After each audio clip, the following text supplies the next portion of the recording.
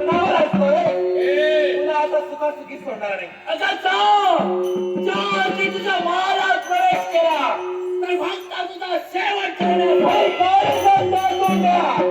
काय माझा शेवट करणार आहे? अरे उलट तुझ्या स्वतःसाठी माझ्या सौभाग्याची देवता आता काही क्षणापूर्वी ती तुझ्या माझ्या महारातून गेले. सोडणार नाही ते. त्यांचा विचार करून सोडून दे.